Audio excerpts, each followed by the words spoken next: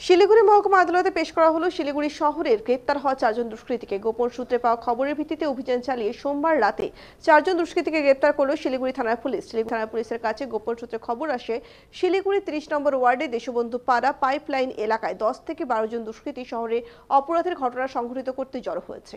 গোপন সূত্রে এই খবর পাওয়া মাত্রই অভিযান চালায় শিলিগুড়ি থানার পুলিশ। অভিযানে 4 জনকে গ্রেপ্তার করতে সক্ষম হয় শিলিগুড়ি থানার পুলিশ।